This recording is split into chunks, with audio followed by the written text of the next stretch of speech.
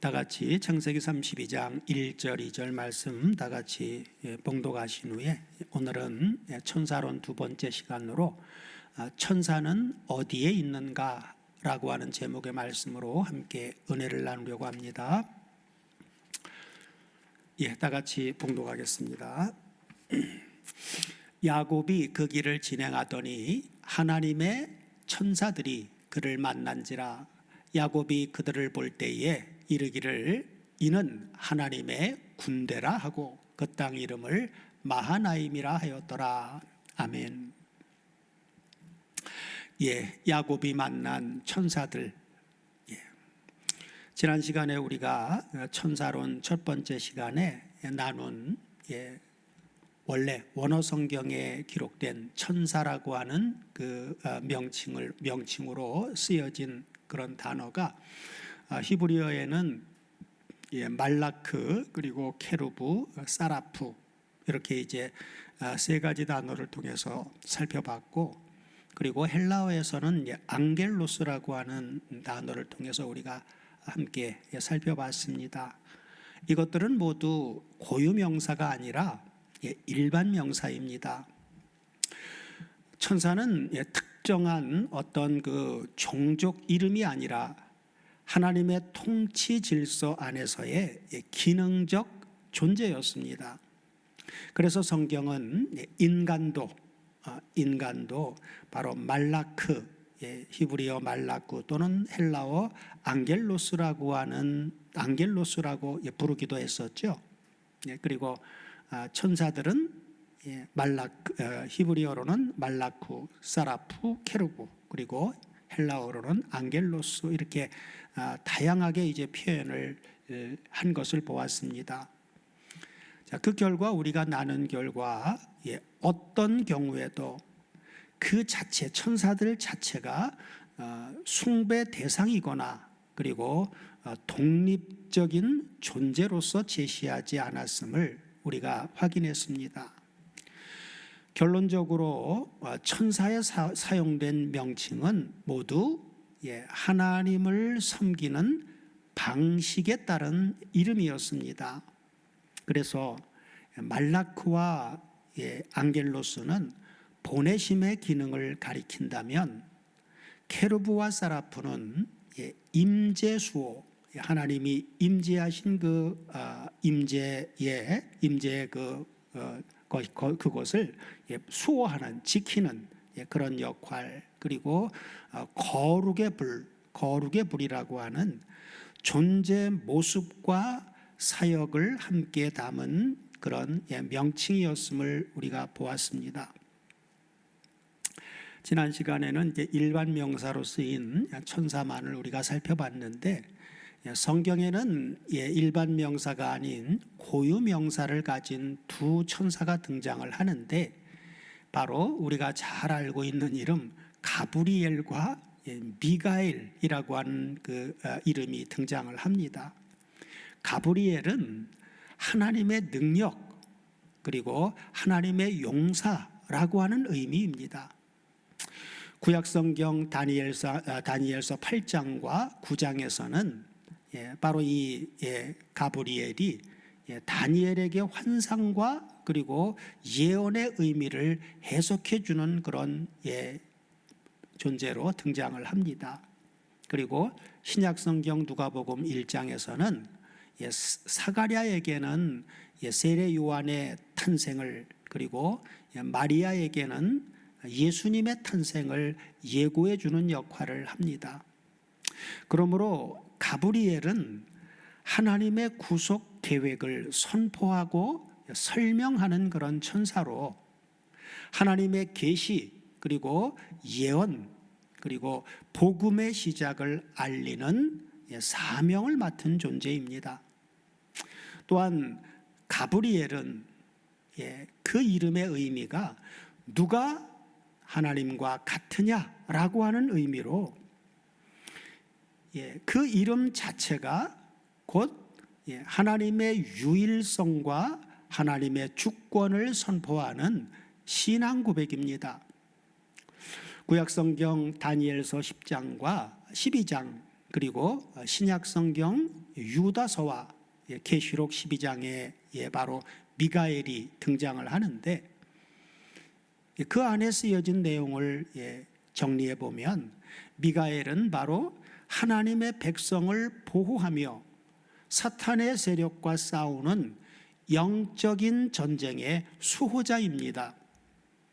중요한 것은 가브리엘과 미가엘 이 둘 다 고유명사이기는 하지만 신으로서의 자격을 가진 존재는 아니라고 하는 것입니다. 가브리엘과 미가엘은 특별한 이름을 가진 존재이지만 그들은 예배의 대상도 아니고 하나님의 능력을 대신하는 존재도 아니며 스스로 권위를 행사하지도 않습니다. 그러므로 천사는 언제나 하나님을 가리키는 손가락이지 빛 자체는 아니라고 하는 것입니다. 오늘은 천사론 두 번째 시간으로 천사는 어디에 있는가라고 하는 제목의 말씀으로 함께 은혜를 나누고자 합니다. 사랑하는 여러분, 우리가 흔히 떠올리는 천사의 이미지는 무엇입니까? 자, 머릿속으로 한번 떠올려 보세요. 천사하면 뭐가 제일 먼저 떠오릅니까? 자, 대중적인 천사 이미지에는 늘 다음과 같은 그림이 따라옵니다. 영적 전쟁의 한복판, 그리고 위기에서 나타나 보호하는 존재, 그리고 초자연적인 개입을 일으키는 힘, 이런 것이 떠오르지요. 물론 성경에 그런 장면이 없는 것은 아닙니다. 엘리사 때 보면 아람 군대가 엘리사가 있는 그 곳을 이제 포위했을 때 엘리사는 하늘 군대가 아람 군대를 둘러싸고 있는 광경을 보았죠. 그런 것처럼 그런 역사가 성경에 기록이 없는 것은 아닙니다. 그러나 그것은 그러한 것들은 천사의 중심 사역이 아니라고 하는 것입니다. 성경 전체를 관통해서 보면 놀라운 공통점이 하나가 드러나는데, 그것은 바로 천사가 가장 많이 등장하는 곳이 전쟁터가 아니라 하나님의 보좌 앞이라고 하는 것입니다.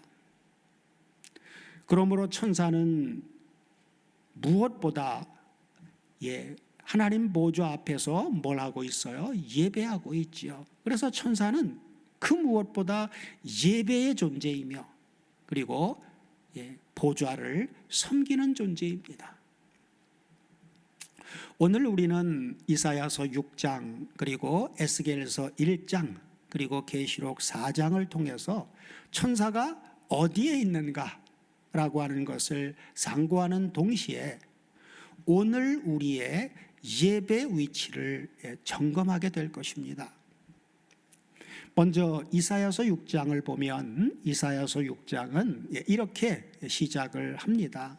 자, 이사야서 6장 1절을 다 같이 보시면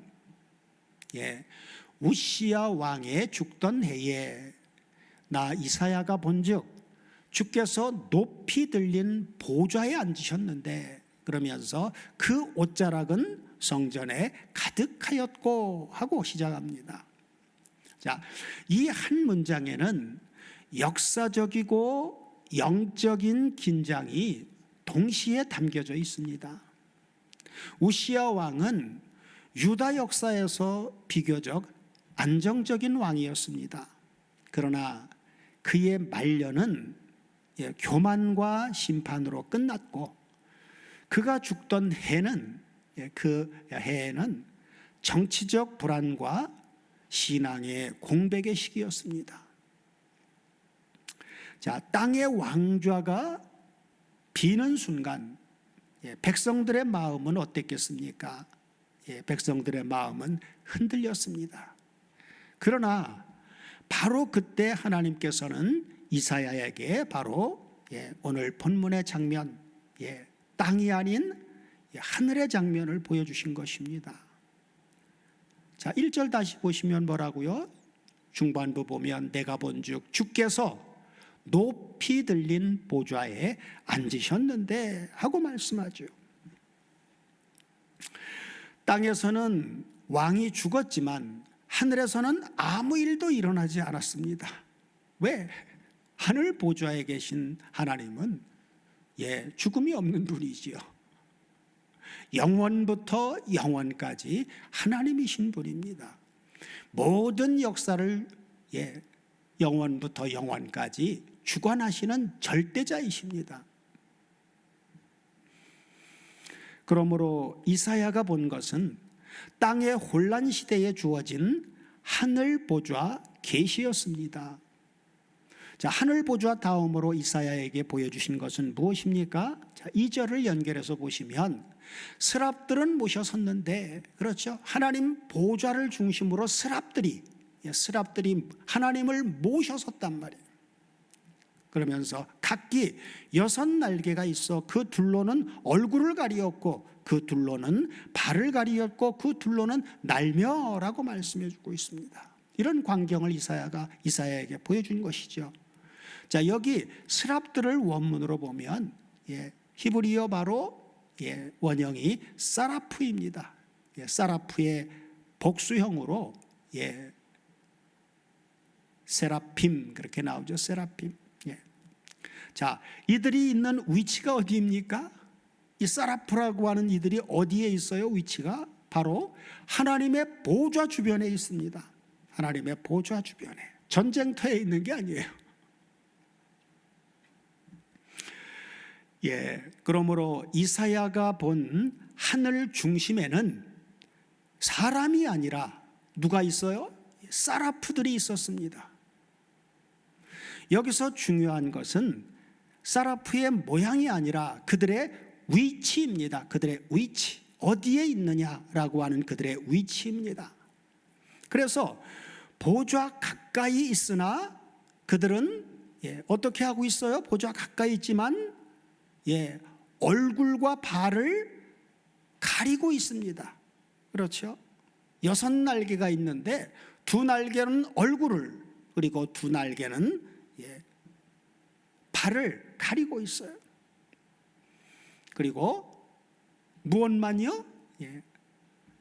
날개, 2날개, 날개로 섬기고 있습니다. 날개는 날고 있으니까 날개는 날며 그랬으니까 날개로 섬기고 있는 것이죠. 날다라고 하는 것은 섬기고 있다 그 말입니다. 그래서 사라프조차 하나님의 영광을 직접 응시하지 않습니다. 왜입니까? 하나님의 거룩은 피조물이 정면으로 감당할 수 없는 절대적인 영광이기 때문에 그렇습니다.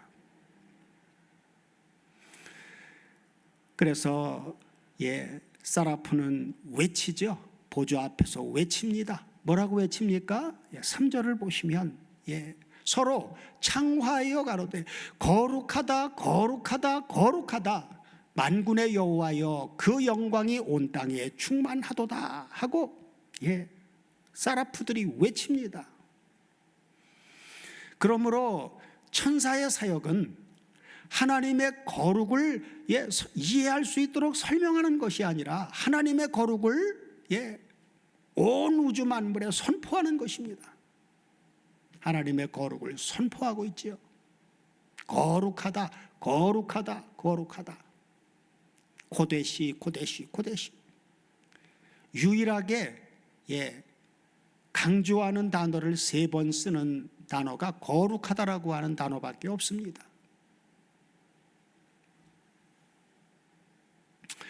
이 장면에서 놀라운 사실은 사라프가 아니라 이사야에게 변화가 일어났다는 점입니다. 이걸 보았던 이사야에게 변화가 일어난 거예요. 그래서 4절 이하를 본문 이사야서 6장 4절 이하를 연결해서 보시면 자, 이같이 창화하는 자의 소리로 인하여, 그죠? 이 창화하는 자의 소리가 누구의 소리예요? 사라프들의 소리란 말이에요. 사라프들의 소리.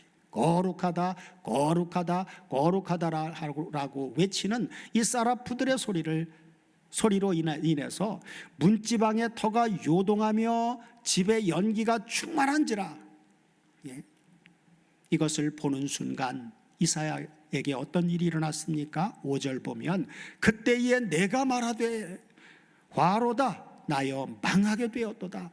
나는 입술이 부정한 사람이요 입술이 부정한 백성 중에 거하면서 만군의 여호와이신 왕을 배웠음이로다 하고 이사야가 말하죠. 자, 거룩하신 하나님 앞에서 천사는 자기 사명을 수행하지만 인간은 자기의 죄를 봅니다. 이처럼 보좌 중심 예배는 항상 인간 중심성을 무너뜨려 버립니다. 하나님 앞에 예배하는 보좌 중심의 예배에서 인간 중심이 아니라는 거예요. 그래서 우리는 이런 광경들을 보면서 성경을 해석할 때 모든 걸 인간 중심으로 해석하는 것도 문제가 되어질 수 있는 것이죠. 자, 이제 이사야서 6장을 통해서 천사라고 하는 명칭인 사라프를 통해서 천사들이 어디에 있는지 그 위치를 우리가 확인해 봤죠. 어디에 있어요? 보좌 주위에. 자, 이어서 우리는 에스겔서 1장을 보겠습니다. 에스겔서 1장을 보면 에스겔서 1장 1절을 다 같이 보시면 이렇게 시작을 하죠. 제 30년 4월 5일에 나 에스겔이 그발강가 사로잡힌 자 중에 있더니 하늘이 열리며 하나님이 이상을 내게 보이시니 하고 말씀합니다. 그러면서 3절로 내려가 보면 3절에서 갈대아 땅 그발강가에서 여호와의 말씀이 부시의 아들 제사장 나 에스겔에게, 에스겔은 제사장입니다. 제사장 나 에스겔에게 특별히 임하고 여호와의 권능이 내 위에 있으니라 하고 말씀하죠. 에스겔이 환상을 본 지역은 성전이 있는 건물 성전이 있는 예루살렘이 아니라 바벨론 포로지였습니다. 바벨론 포로지. 그는 포로지에서 열린 하늘을 통해서 움직이는 하나님의 보좌를 보았는데 당시 이스라엘의 질문은 이것이었습니다. 성전이 무너졌는데 하나님은 어디 계시는가? 우리가 포로인데 하나님도 패배하신 것인가? 그러한 때 하나님은 제사장 에스겔에게 바로 환상을 보여주신 것입니다. 에스겔이 본 하나님의 보좌는 멈춘 것이 아니라 움직이고 있었죠. 움직이고 있습니다. 그리고 그 위에 좌정하신 하나님은 여전히 뭐하고 계셔요? 여전히 역사하고 계셨습니다. 에스겔서 연결해서 1장 4절을 보면 움직이는 보좌 이렇게 말해주고 있죠. 내가 보니 북방에서부터 폭풍과 큰 구름이 오는데 그 속에 불이 번쩍번쩍하여 빛이 그 사면에 비치며 그 불 가운데 뭐가요? 단쇠 같은 것이 나타나 보이고 하고 말합니다. 단쇠 같은 것이 나타났다. 자, 여기에서 말하는 이 단쇠 같은 것은 무엇입니까? 27절로 내려가 보면 이렇게 말씀해 주고 있습니다. 자, 내가 본즉 그 허리 이상의 모양은 단쇠 같아서, 그죠? 허리 이상의 모양이 단쇠 같아요, 그죠? 그 속과 주위가 불 같고, 그 허리 이하의 모양도 불 같아서 사면으로 광채가 나며, 그러면서 28절에서 그 실상을 이렇게 말해주고 있습니다. 그 사면 광채의 모양은 비 오는 날 구름에 있는 무지개 같으니 이는 여호와의 영광의 형상의 모양이라 하고 말씀합니다. 그죠? 바로 누가 등장한 거예요? 바로 여호와 하나님이, 여호와 하나님이 보좌에 앉으신 여호와 하나님의 역사가, 이동하시는 역사가 보여진 것이죠. 자, 다시 1장 4절로 돌아가서 4절 이하를 연결해서 보시면 거기에 누가 등장을 하느냐? 내가 보니 북방에서 폭풍과 큰 구름이 오는데 그 속에서 불이 번쩍번쩍하여 빛이 그 사면에 비치며 그 불 가운데 단쇠 같은 것이 나타나 보이고, 여호와 하나님이 이제 먼저 보이시면서 다음 5절 연결해서 보면 누가 두 번째로 보입니까? 그 속에서 네 생물의 형상이 나타나는데 그 모양이 이러하니 사람의 형상이라. 그죠? 네 생물이 제일 먼저 또 등장을 하죠. 이사야서에서는 바로 사라프들이 등장을 했고, 에스겔서 1장에서는 사라프가 아니라 네 생물이 먼저 이제 등장을 합니다. 자, 6절 연결해서 보면 이 네 생물도 어떻습니까? 네 생물은 각각 얼굴이 4개씩 있어요. 그리고 날개도 4개가 있어요. 사라프는 날개가 6개였죠. 그러나 여기 네 생물은 얼굴도 4얼굴, 날개도 4날개 그렇게 있습니다. 자, 10절로 내려가 보면 그들을 이렇게, 자, 4얼굴, 이것을 이렇게 말해주고 있죠.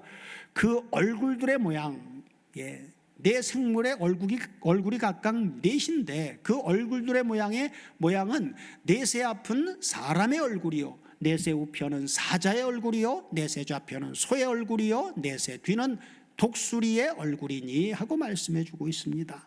그렇죠? 자, 여기서 본 네 생물은 바로 누구라고 했습니까?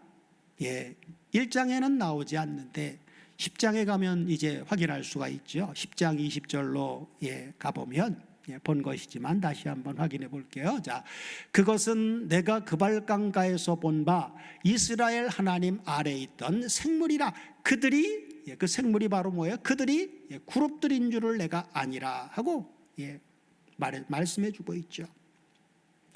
그래서 1장의 네 생물은 10장 20절과 또 성경 전체의 흐름 속에서 보면 바로 이들은 케루브들입니다. 케루브들, 인간이 아니에요. 케루브들이에요. 이 케루브는 창세기 3장 24절에 제일 먼저 등장하는데 에덴 동산의 생명나무로 가는 길을 지키는 그런 역할을 하는 존재로 등장을 합니다. 그리고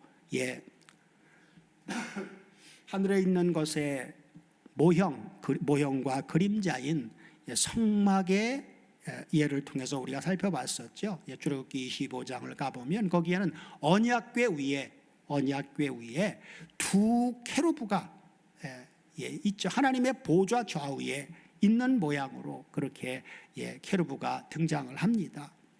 다시 말해서 케루브는 천사, 영적인 천사들은 케루브라고 하는 존재는 하나님의 임재의 경계선에 그리고 보좌를 운반하는 존재라는 이것이 바로 사라프, 케루브 그리고 말라크라고 하는 천사들의 특징입니다.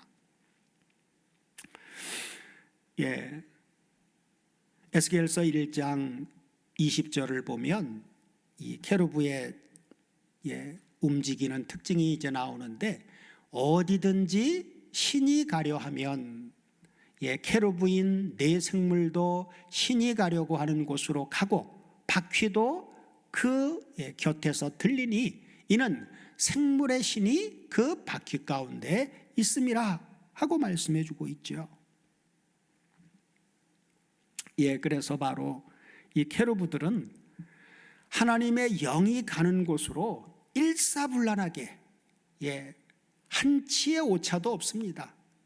하나님의 영이, 그렇죠, 성령 하나님이 움직이시는 대로 일사불란하게 동시에 움직입니다. 성령께서 움직이면 같이 움직이고 성령께서 멈추면 같이 멈추고, 출애굽의 역사를 통해서 출애굽한 히브리 민족이 광야를 통행할 때 40년 세월을 성막 위에 인도하는 구름 기둥, 밤에는, 낮에는 구름 기둥, 밤에는 불 기둥이 등장을 하면서, 그렇죠?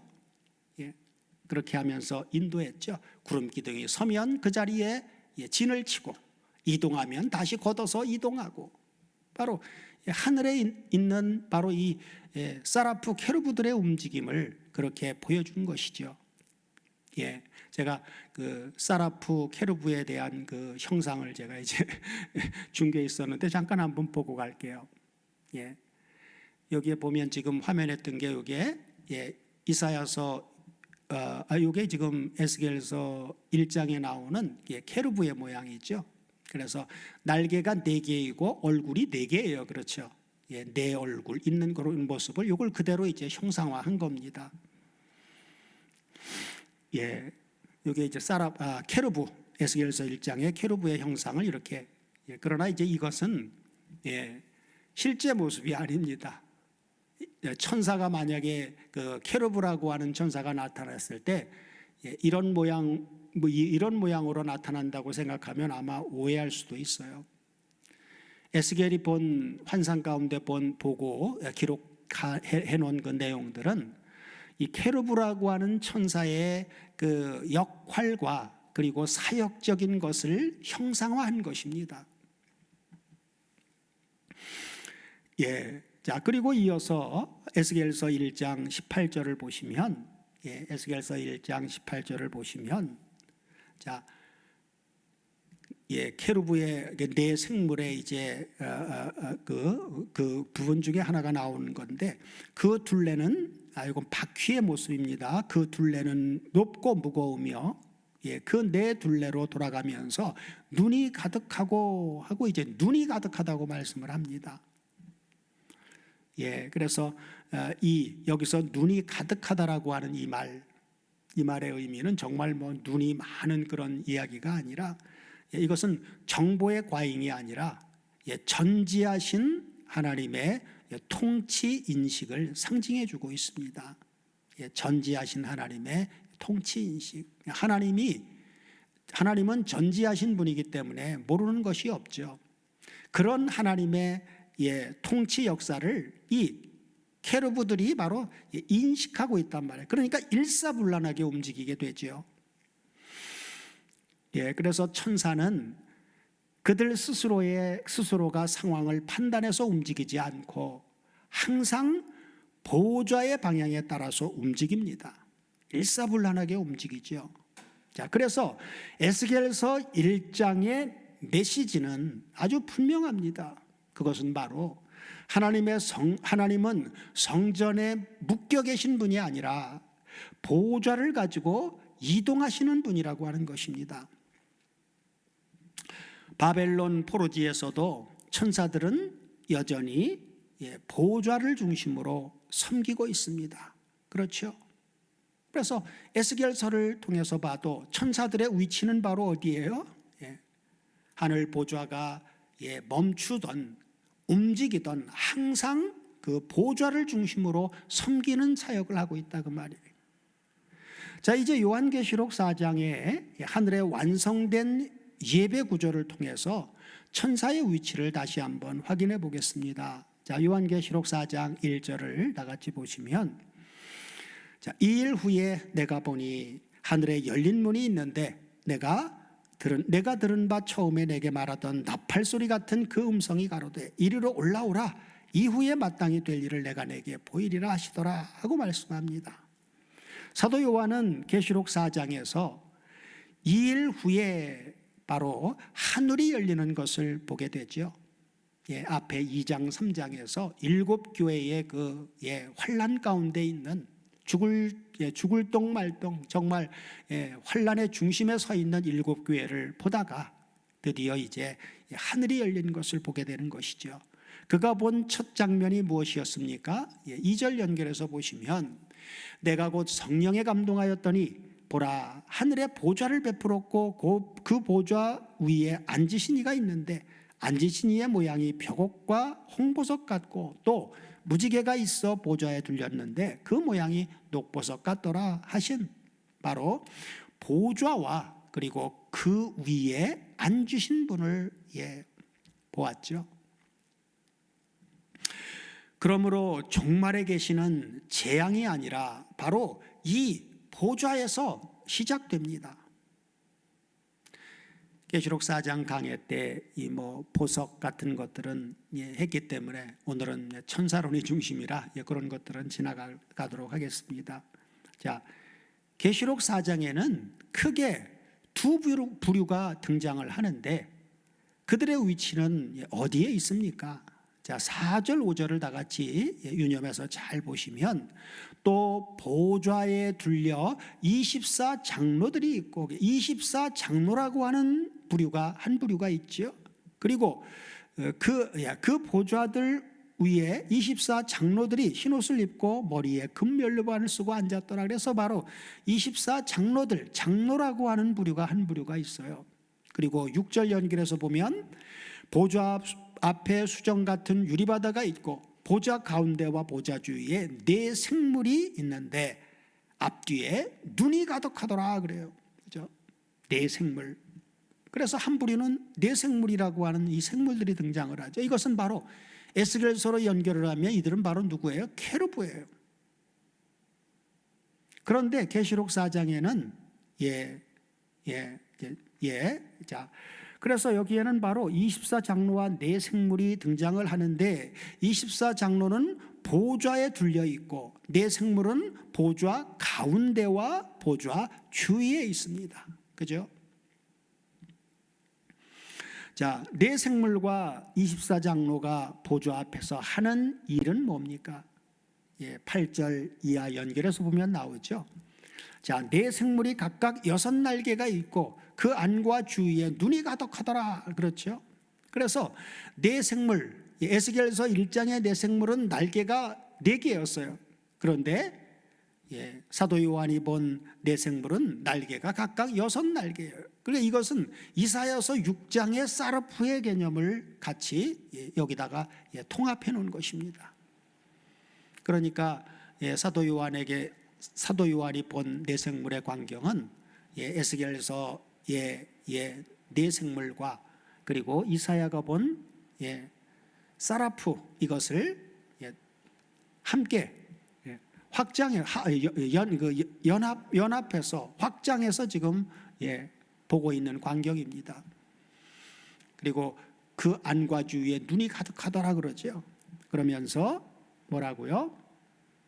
그들이 밤낮 쉬지 않고 이르기를 거룩하다 거룩하다 거룩하다 주 하나님 곧 전능하시니요 전에도 계셨고 이제도 계시고 장차 오실 자라 하고. 그렇죠. 여기도 거룩하다 거룩하다 거룩하다. 바로 이사야서 6장에 사라프들이 창화하면서 소리냈던 그것을 그대로 사도 요한도 그 광경을 그대로 보고 있죠.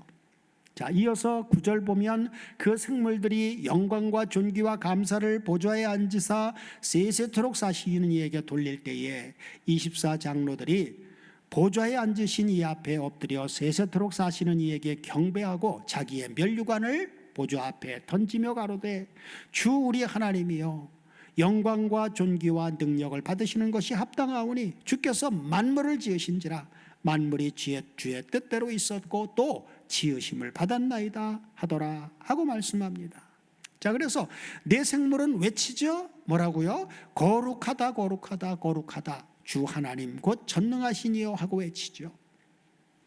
그리고 이에 24장로는 면류관을 보좌 앞에 던지면서 하나님을 찬양합니다. 그렇죠? 자, 여기에는 중요한 구분이 있습니다. 거룩의 선포는 천사가 하고 있고 그리고 구속의 고백은 장로가 한다는 것입니다.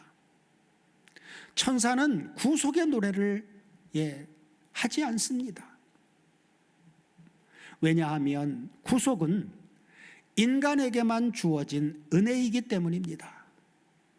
그러나 거룩하다 거룩하다 거룩하다라고 하는 거룩은 보좌 가운데와 보좌 주위에 있는 천사들의 끊임없는 예배 사역입니다.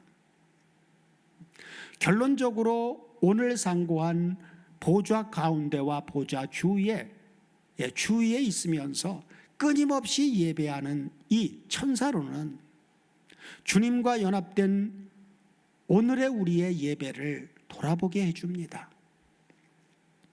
오늘 나눈 말씀은 주님과 연합된 우리에게 어떻게 적용됩니까? 그 첫째는 예배는 인간 중심이 아니라고 하는 것입니다.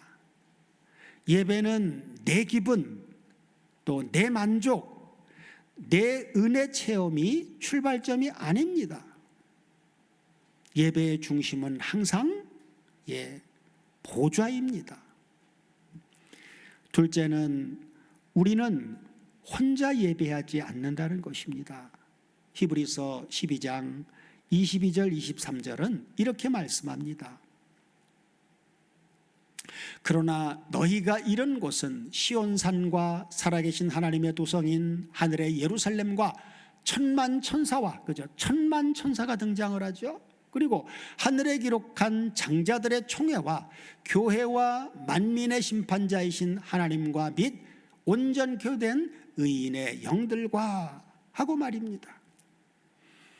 우리는 일주일 생각해 보면 수요 예배 있고, 또 오늘 금요 예배 있고, 주일날 또 주일 예배 있습니다. 그럴 때마다, 우리가 예배할 때마다 바로 천사들도 동시에 예배하고 있는 것이라고 하는 사실을 우리는 인식해야 됩니다.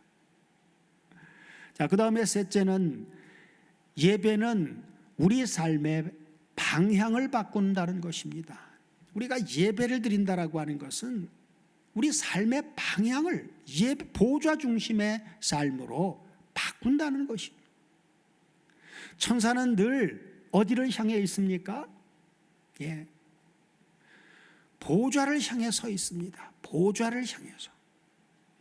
자, 그렇다면 우리의 삶은 어떻습니까?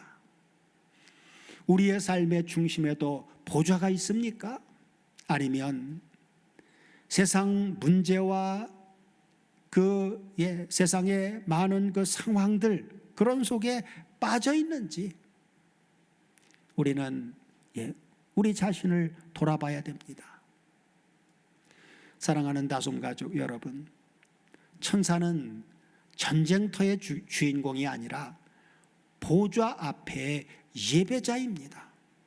그리고 성경은 오늘의 우리에게 이렇게 묻습니다. 너는 지금 어디에 서 있는가 하고 말입니다. 혼란의 시대에도, 포로의 땅에서도, 종말의 환상 속에서도 천사는 변하지 않았습니다. 항상 하나님의 보좌 앞에 서 있습니다. 오늘 우리의 예배도 항상 보좌 앞에 서는 그러한 은혜가 되게 해주시고, 우리의 공적인 예배가 한 주간의 삶 전체를 이끄는 중심이 되게 해주시기를 우리 주 그리스도 예수의 이름으로 축원드립니다. 아멘.